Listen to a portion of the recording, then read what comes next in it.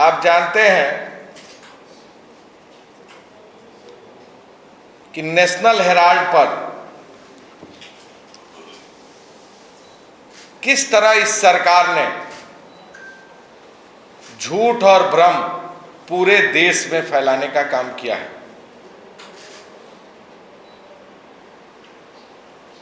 बदले की भावना से, साजिशवश और केवल हमारे नेता आदरणीय राहुल गांधी जी, आदरणीय श्रीमती सोनिया गांधी जी के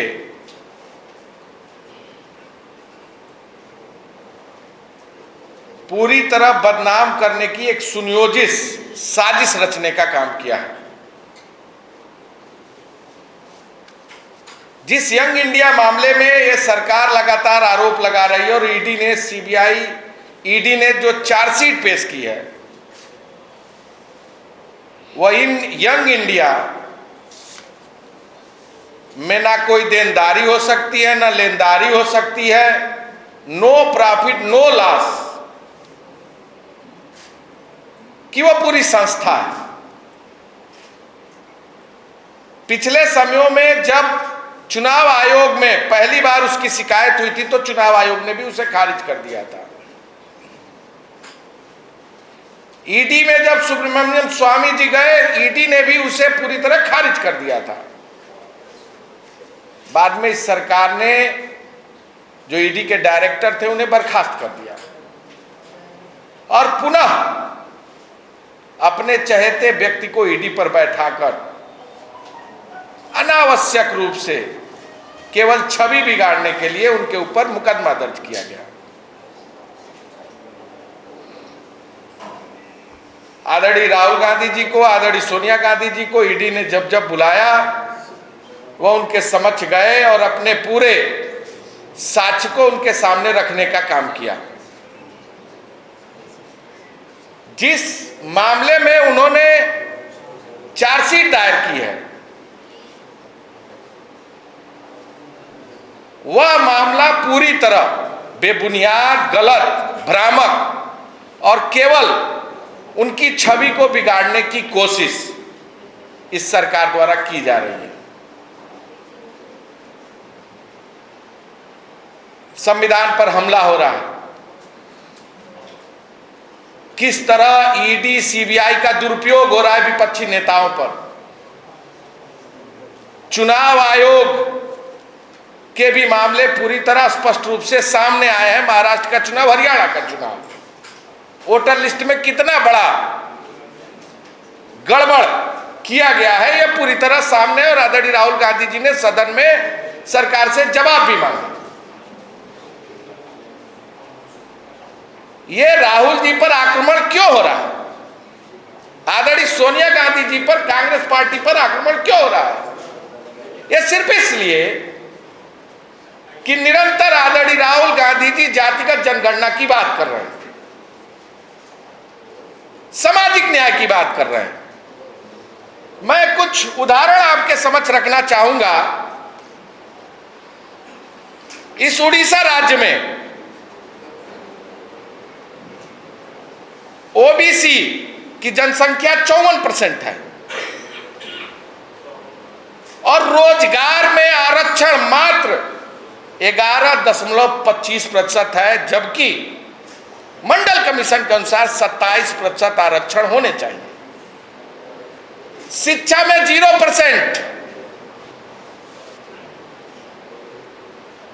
SC ST की जनसंख्या 40% और रोजगार में आरक्षण मात्र 38.75% और शिक्षा में 0 और तकनीकी शिक्षा में मात्र यह 20% आरक्षण दे रहे हैं। अगर आप देखेंगे तो जो ओबीसी का 27% आरक्षण होना चाहिए, 1993 से लेकर 2007 तक ओबीसी का आरक्षण 27% इस प्रदेश में था। जब हमारे कांग्रेस की सरकार थी, 2000 से जब से बीजू जनता दल यानी बीजेडी की सरकार आई, नवीन पटनायक जी मुख्यमंत्री हुए, उन्होंने इस आरक्षण को समाप्त कर दिया। भारतीय जनता पार्टी बीजेडी दोनों मिलकर राज्य में सरकार चलाई, केंद्र में सरकार चलाई, और आज बीजेपी की पूर्ण बहुमत की डबल इंजन की सरकार है। और किस तरह उपेक्षा किया जा रहा है ओबीसी के साथ कि 27% आरक्षण को पूरी तरह खारिज करते हुए इस सरकार ने, जबकि मानव संसाधन विकास मंत्री धर्मेंद्र प्रधान जी हैं और इसी राज्य से आते हैं, और इस राज्य में शिक्षा में ओबीसी, वो भी ओबीसी से आते हैं, और शिक्षा में 0% आरक्षण देने की व्यवस्था, और SC ST को भी केवल तकनीकी शिक्षा में 20%, बाकी उनको भी 0% आरक्षण की व्यवस्था शिक्षा में देने का काम ये Bharatiya Janata party double engine की सरकार कर रही है। तेलंगाना में